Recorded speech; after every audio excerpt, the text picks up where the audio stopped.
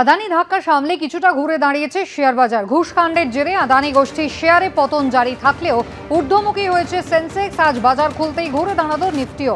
গতকাল আদানি গোষ্ঠী ধাক্কা খেতে কার্যত ধস নেমেছিল এলআইসি এসবিআই এর শেয়ার দরেও। ধাক্কা সামলে আজ কিছুটা ঊর্ধ্বমুখী হয়েছে এলআইসি এসবিআই এর শেয়ার দর।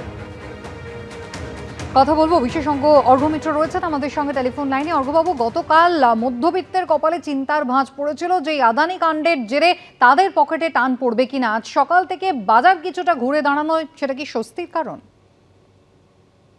দেখুন, গত 2 মাস ধরে মানে সেপ্টেম্বরে আমাদের শেয়ার প্রায় পিকে উঠেছিল, 86,000 পয়েন্টে উঠেছিল সেন্সেক্স, এবং তারপর থেকে বেশ অনেকবার পতন ঘটেছে বিভিন্ন কারণে, এবং সেটা ডোমেস্টিকের থেকে ইন্টারন্যাশনাল পতন কারণগুলো বেশি মুখ্য।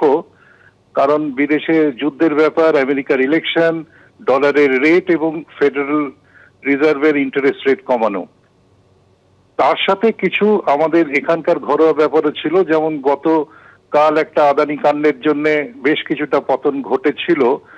তবে ব্যাপারটা হচ্ছে অনেক টাকা, এফআইআইদের টাকা এর মধ্যে বিদেশে চলে গেছে এবং প্রায় 9,000 পয়েন্ট পড়েছে আপনি যদি দেখেন গত 2 মাসে। তবে ডেফিনেটলি আমাদের এখন ইকোনমির যে অবস্থা, তো চিন্তার কোনো কারণ নেই।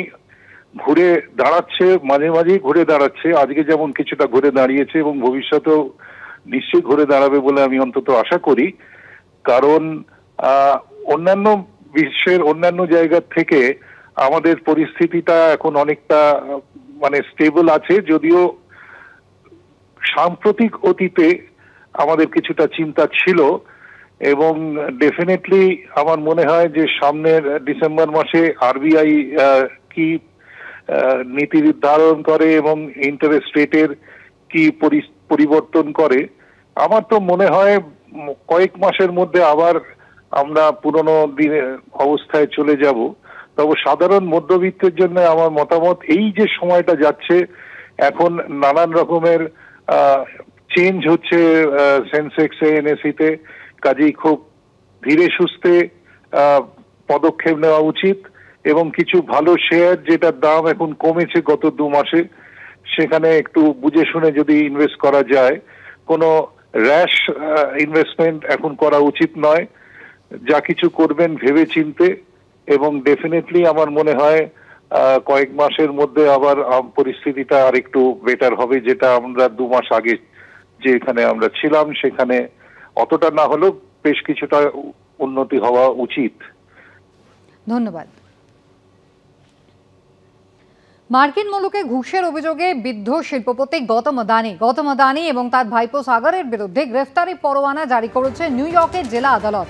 ভারতে সৌর বিদ্যুৎ প্রকল্পের জন্য আধিকারিকদের ঘুষের প্রস্তাব দেওয়ার অভিযোগ গৌতম আদানি, তার ভাইপো সাগর সহ মোট 8 জনের বিরুদ্ধে।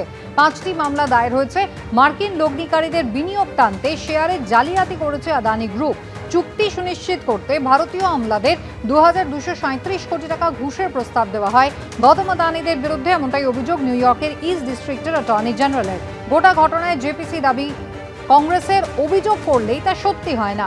কোনো রকম আইন ভঙ্গ করা হয়নি দাবি করেছে আদানি গোষ্ঠী। যদিও অস্বস্তির মুখে আমেরিকায় বন্ড ছাড়ার সিদ্ধান্ত তারা স্থগিত করেছে।